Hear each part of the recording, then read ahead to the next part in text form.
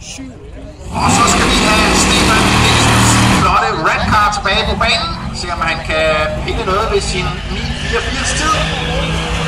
Og det skal han gøre i konkurrence med Morten Jytter i hans Camaro SS, som nøjes med 11.57, men ikke desto mindre. Det er jo faktisk ret flot tid i sig selv.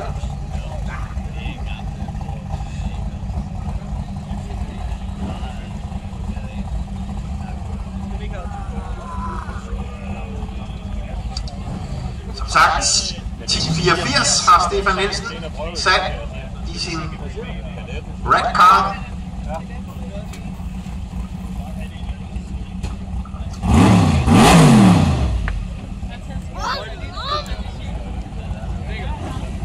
Og her bliver han slæbt frem.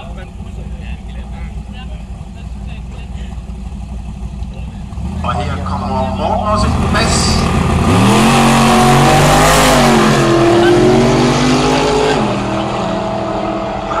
Jeg synes, det ser rigtig fint ud, det der.